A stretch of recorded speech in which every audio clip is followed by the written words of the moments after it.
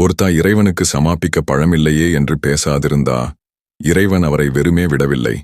பழம் இல்லாவிட்டால் போகிறது, ஒரு காயாவது கொடு எனக்கு என்றான். காயும் இல்லையே. இறைவன் பார்த்தான்.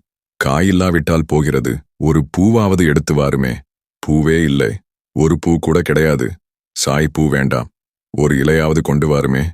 துளசி என்று சொல்லவில்லை இறைவனான பரமாத்மா.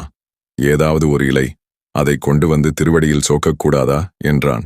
இலை கூட இல்லை என்றா அவா?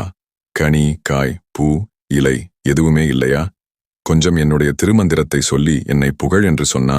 இறைவன் இப்படி சொன்னபோதும் கூட அந்த அஞ்ஞானி எனக்கு சொல்லத் தெரியாதே என்றுதான் பதில் சொன்னா. திருமந்திரம் கூடவா சொல்லத் தெரியாது? இல்லையே. நிஜமாகவே இல்லையா?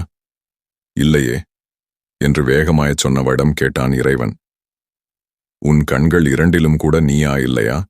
காய், கனி, பூ என்று எதையும் சமாப்பிக்க முடியாத நிலையில் உள்ளேனே என்கிற வருத்தம் இருந்தால் ஒரு சொட்டு கண்ணியா வராதோ?